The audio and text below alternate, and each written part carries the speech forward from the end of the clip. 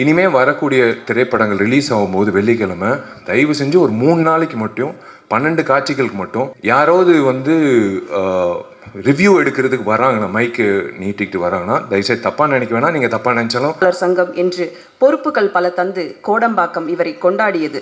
சறுக்க போகிறான் என்று சொன்னவர்களுக்கு மத்தியில் சௌத்ரி சாரின் 99வது படம் புது வைரம் பாய்ச்சியது. ஆகஸ்ட் 29 அன்னி வரும் நாள் குறித்தாயிற்று. இனி என்ன, தலை தீபாவளி, தலை பொங்கல், நீங்கள் போங்கள் என்று அண்ணன் தம்பிகள் அனைவரும் வாழ்த்து இருக்கின்றனர். எதிர்கால அரசியலை அவ்வப்போது எட்டி பார்க்கும் அரசியல் ஆர்வம் இவருக்கும் உண்டு, இனியும் உண்டு. அழைக்கிறோம் பெருங்கலைஞனாக வந்து நிற்கும் புரட்சி தளபதி அன்பு நண்பன் விஷால் அவர்களே.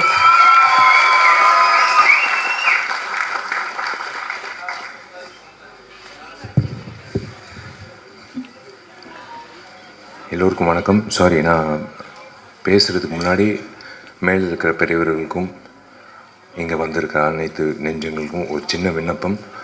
உங்கள் எல்லோருக்கும் தெரியும்,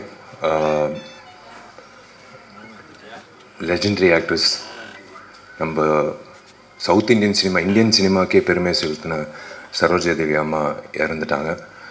அதே மாதிரி நம்ம இண்டஸ்ட்ரியில் எத்தனையோ ஸ்டன்ட்ஸ் பண்ண, எத்தனையோ என்னோடய படங்கள் மட்டும் இல்லை, எத்தனையோ திரைப்படங்களில் ரொம்ப ரிஸ்க்கான ஸ்டன்ட்ஸ் பண்ண திரு ராஜு அவர்கள் படப்பிடிப்பில் ஒரு கார் டாப்லிங் சேஸில் வந்து ஒரு ஷார்ட்டில் வந்து இறந்துட்டார். அவங்க 2 பேருக்கு மட்டும் ஒரு நிமிஷம் மௌன அஞ்சலி செலுத்தோம். தேங்க்யூ. எல்லோருக்கும் வணக்கம். இது ஏன் நான் மைக்கை ஆட்டுறேன்னா, இந்த வீடியோவும் வைரல் ஆகி மதகஜராஜா எப்படி ஹிட் ஆக்குனீங்களோ அதே மாதிரி ரெட் ஃப்ளவர் படமும் இந்த உலகம் முழுக்க இந்த விழாவோட வீடியோ போய் சேர்ந்து ரெட் ஃப்ளவர் படம் பார்க்கணுன்னு நான் வேண்டிக்கிறேன். அதனால தான் இந்த செய்கை செஞ்சேன்.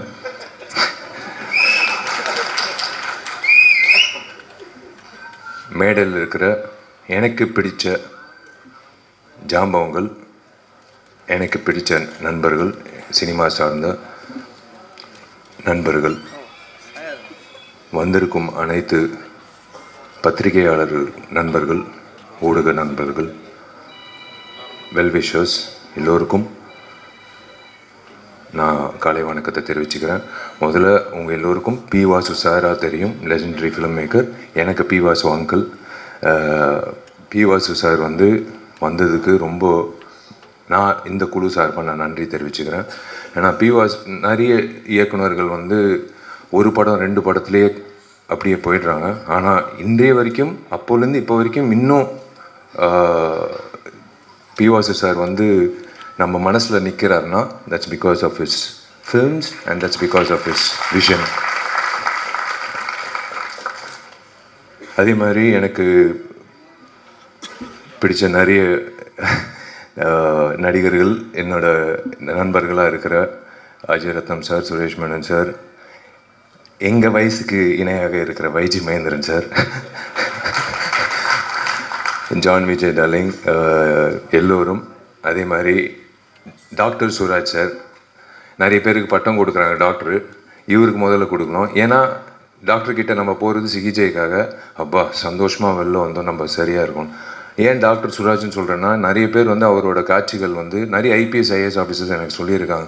அவங்களுக்கு 10-10:30 தான் அவங்களுக்கு டைமே கிடைக்கும். நிறைய எக்ஸ் ஜட்ஜஸ்ஸு, சர்ஜன்ஸு, டாக்டர்ஸ் எல்லோரும் பார்க்குறது வந்து ஆதித்யா சேனல், சிரிப்பொலி சேனல். அதில் வந்து இவர் இயக்குன என்னோடய படமும் உட்பட இவர் இயக்குன பல படங்களில் வடிவேலண்ண காமெடி, சுராஜ் சாரோட சென்ஸ் ஆஃப் ஹியூமர் வந்து அவங்களுக்கு வந்து மெடிசனா. அவங்களுக்கு வந்து அன்றைக்கி இருக்கிற ஸ்ட்ரெஸ் எல்லாமே இறக்குறது வந்து அவரோட திரைப்படங்களில் வர நகைச்சுவை காட்சிகள். ஸோ அந்த வகையில் அதனால தான் டாக்டர் சுராஜ் சார்ன்னு சொன்னேன். ரொம்ப சந்தோஷம் சார். யூஸ்வலாக ஹீரோ தான் கெட்டப் மாற்றி வருவாங்க ஃபங்க்ஷனுக்கு. ஃபஸ்ட் டைம் ஒரு இயக்குனர் வந்து கெட்டப் மாற்றி வந்திருக்காரு. முதல்ல இந்த விழாக்கு இப்படி அரங்கம் நிறைந்த ஒரு காட்சியாக அளிக்குதோ அதே மாதிரி இந்த திரைப்படம் ஆகஸ்ட் 8 ரிலீஸ் ஆகும்போது இதே மாதிரி அரங்கம் நிறைந்த காட்சியை பார்க்கணுன்றது என்னோட ஆசை. ரொம்ப நன்றி. நீங்கள் முதல்ல வந்து ரெட் ஃப்ளவர் திரைப்படத்துக்கு இந்த இந்த விழாவுக்கு வந்ததுக்கு எல்லோரும் வந்து ரொம்ப நன்றின்னு சொன்னாங்க. இல்லைங்க, இது என்னோட கடமை. தயவு செஞ்சு இந்த சின்ன படம் பெரிய படம் அப்படியெல்லாம் சொல்லாதீங்க. இந்த வெள்ளி திரையில் என்ன காணப்படுதோ அதுதான் படம். அது சின்ன ஹீரோவாக இருந்தாலும் பெரிய ஹீரோ இருந்தாலும் புதுமுக இயக்குனராக இருந்தாலும் பெரிய இயக்குனராக இருந்தாலும் எதுவாக இருந்தாலும் திரைப்படம். ஸோ அந்த வகையில் என்னோட கடமையாக என் நண்பன் போராளி விக்னேஷ் அவர்களுக்காக நான் வந்து எல்லாத்தையும் ஒதுக்கி வச்சு,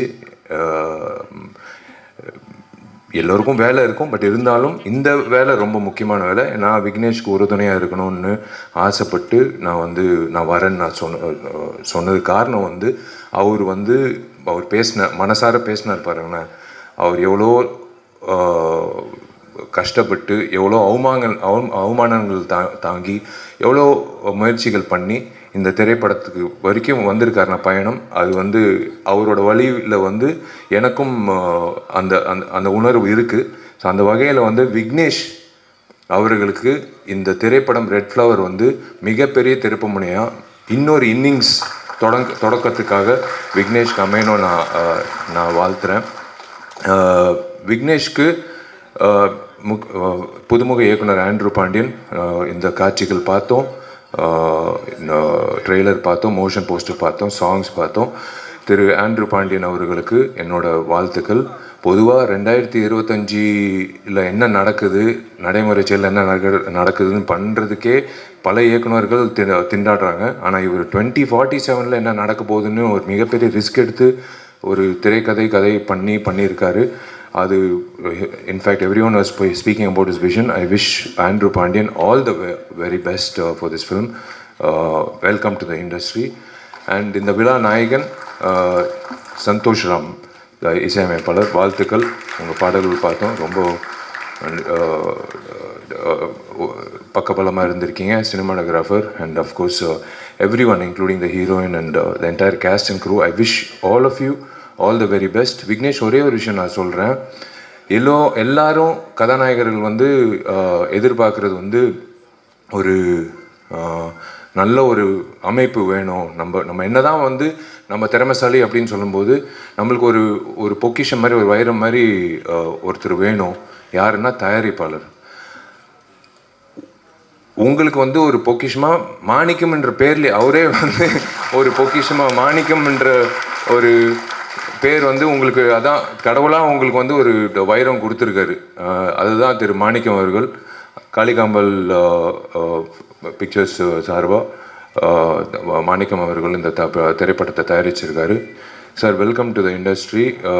மாணிக்கம் சார், நீங்கள் இந்த நான் சொன்னாங்க இந்த படம் எனக்கு லாபம் வேணாம், எனக்கு இந்த படம் ஒரு லவ் ஃபார் த ஆர்ட்ன்றதுக்காக நான் பண்ணியிருக்கேன். அப்படி இல்லை, நீங்கள் மறுபடி இந்த படம் வெற்றி அடையும். இந்த படம் முடிஞ்சதுக்கப்புறம் நீங்கள் நிறைய விக்னேஷ் சொன்ன மாதிரி நிறைய இயக்குநர்கள் நிறைய திரைப்படங்கள் பண்ணணும். நீங்கள் இன்னொரு 2047 எப்படி இந்த திரைப்படம் காட்டினாங்களோ 2047 திரு மாணிக்கம் தயாரிப்பாளராக இருக்கணும்னு நான் ஆசைப்படுறேன். Welcome to the film industry. மற்றபடி டார்லிங் ஜான் விஜய், என் டார்லிங் அஜய் ரத்னம் சார், என் டார்லிங் தலைவாசல் விஜய், எல்லோருக்கும் வாழ்த்துக்கள் for this film. Thank you media. நீங்கள் எப்போவுமே எல்லா திரைப்படங்களுக்கும், எங்கள் திரைப்படம் மட்டும் இல்லை எல்லா திரைப்படங்களுக்கும் நீங்கள் ஆஜராகி நீங்கள் சப்போர்ட் பண்ணுறது ரொம்ப சந்தோஷம். எனக்கு பிடிச்ச 2 அரசியல்வாதிகள், ஒன்று பகத்சிங், ரெண்டாவது இடம்பெற்றவர் நேதாஜி சுபாஷ் சந்திர போஸ். அவருக்கு ட்ரிபியூட் பண்ணி நீங்கள் தொடங்கினது ரொம்ப நன்றி. அது இன்னும் நீங்கள் ஞாபகம் வச்சுருக்கீங்கன்றது ரொம்ப சந்தோஷம். அண்ட் அஃப்கோர்ஸ் சொன்ன மாதிரி 3 நாட்கள் ரொம்ப முக்கியம். கண்டிப்பாக இந்த படம் வெற்றியாடும் நம்புகிறேன். நிறைய பேர் வாட்ச் பார்த்துட்டே இருந்தாங்க. கவலைப்படாதீங்க. இந்த குழுவுக்கு மட்டும் இல்லை, எல்லா திரைப்படங்களும் தயாரிப்பாளர் சங்கம் சார்பாக கதிரேசன் சார் எல்லாரும் வந்திருக்காங்க. நான் ஒரு விண்ணப்பம் நடிகர் சங்கம் சார்பாக இன்னும் 3 மாத காலகட்டத்தில் நாங்கள் கவலைப்படாதீங்க, டைம் கன்ஸ்டன்ட் இருக்காது. நாங்கள் கட்ட போகிற அந்த ஆடிட்டோரியம் நாங்கள் திறப்பு விழாக்கு அப்புறம் உங்களுக்கு எந்த பிரச்சனையும் இல்லாமல், சின்ன திரைப்படம் இப்போ எந்த திரைப்படமாக இருந்தாலும் உங்களுக்கு பயன்படும். நீங்கள் அந்த டைம் வாட்சே பார்க்க தேவையில்லை. அந்தளவுக்கு உங்களுக்கு ஒரு மிகப்பெரிய ஒரு பூனா அமையும், ஒரு மிகப்பெரிய ஒரு விஷயமாக அமையும். தயாரிப்பாளர் சங்கம் இருக்கிறதுனால நான் வந்து நடிகர் சங்கம் சார்ந்த உறுப்பினர்களுக்காக கதிரேசன் சாரும் இருக்கார் ஆஃபீஸ் பேர். அவர் சார்பாக நான் ஒரு விண்ணப்பம் உங்கள் எல்லோருக்கும் நான் வைக்கிறேன். பத்திரிகையாளர்கள் plus YouTubers and every one and exhibitors association சார்பாக அவங்களுக்கும் நான் விண்ணப்பம் வைக்கிறேன். இன்க்ளூடிங் கமலா தியேட்டர் உரிமையாளருக்கும் மற்ற உரிமையாளர்களும் இனிமேல் வரக்கூடிய திரைப்படங்கள் ரிலீஸ் ஆகும்போது வெள்ளிக்கிழமை தயவு செஞ்சு ஒரு 3 நாளைக்கு மட்டும் 12 காட்சிகளுக்கு மட்டும் யாராவது வந்து ரிவ்யூ எடுக்கிறதுக்கு வராங்கன்னா, மைக்கு நீட்டிக்கிட்டு வராங்கன்னா தயவுசெய்து தப்பாக நினைக்க வேணாம். நீங்கள் தப்பாக நினச்சாலும் I'm sorry, I have to என் ஆதங்கத்தை நான் தீக்கணும். நீங்கள் டிக்கெட் வாங்கிட்டு உள்ளே வந்துட்டு படம் பார்த்துட்டு நீங்கள் அந்த மைக்கை நீங்கள் நீட்டிட்டு உங்கள் கருத்தை நீங்கள் சொல்லிவிடுங்க. ஆனால் தயவு செஞ்சு அவங்கள வந்து ஒரு 3 days மட்டும் வெளியில் தப்பாக நினைக்க வேணாம். உள்ளார ப்ரெமிசஸ் இல்லாமல் வெளியில் அவங்கவுங்க வண்டி வாகனத்தில் ஏறி வெளியில் போகும்போது நீங்கள் அவங்கள வந்து போய் நீங்கள் வெளியில் கேட்டுக்கோங்க. அவங்களோட ரிவ்யூ கேட்க வேணான்னு நான் சொல்ல, வெளியில் கேளுங்க. ஆனால் தயவு செஞ்சு ஒரு 3 நாட்களுக்கு மட்டும் அந்த 12 காட்சிகள் மட்டும் எக்ஸிபிட்டர்ஸ் அசோசியேஷன் நான் ஒரு வேண்டுகோளாக விண்ணப்பமாக வைக்கிறேன். உள்ளே மட்டும் கொஞ்சம் ரிக்வெஸ்ட் பண்ணி உள்ளே வந்து எடுக்க வேணான்னு சொல்லுங்கள்.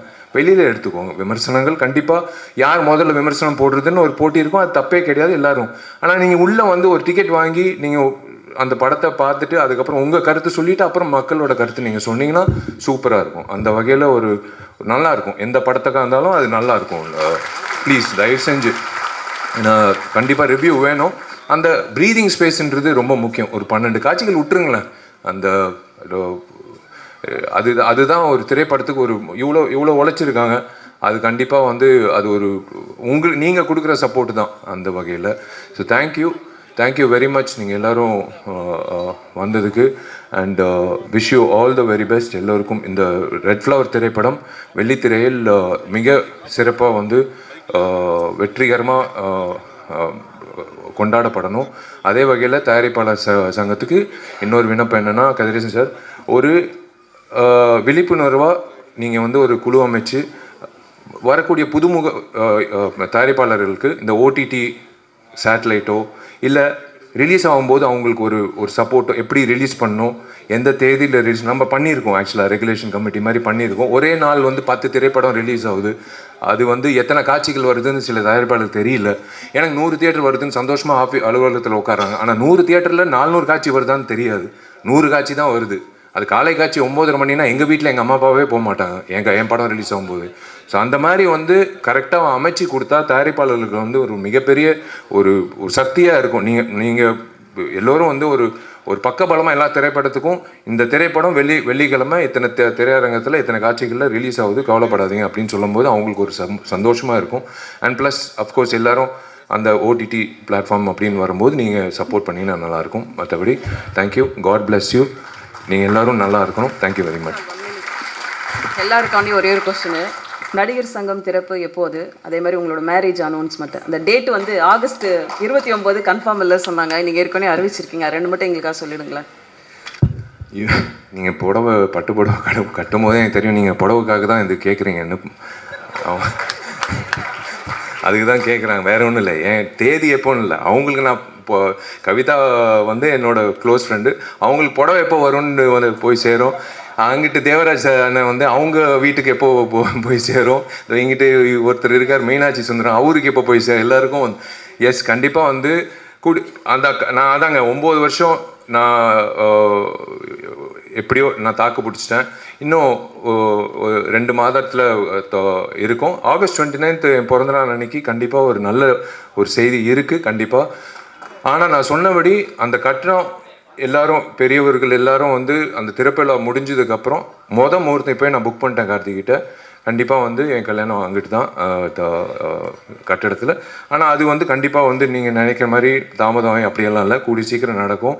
அதுக்கு தான் ஓடுறேன், இப்போது கட்டிடத்துக்கு தான் ஓடுறேன். இது முடிச்சோன்னே எல்லோரும் நினைக்கிறாங்க இவன் எதுக்கு வந்து டெய்லி காலங்காலத்தில் வந்து கட்டிடத்தை பார்க்குறான், கொத்தனார்லேருந்து எல்லாரும் ஆர்கிடெக்ட் வரைக்கும் இவன் கல்யாணத்துக்காக தான் வந்து அவசரப்படுத்துகிறான் இல்லைன்னா. பட் நேரம் வந்துருச்சு. இன்னொரு 2.5 monthsல வந்துடும், 2 monthsல வந்துடும் டெஃபினட்டாக. பட் ஆகஸ்ட் 29 கண்டிப்பாக ஒரு நல்ல செய்தி இருக்குது. அது கூடிய சீக்கிரம் நான் அறிவிக்கிறேன். நல்ல கண்டிப்பாக புடவை வந்துடும் Kavitha. Thank you, all the best. God bless you.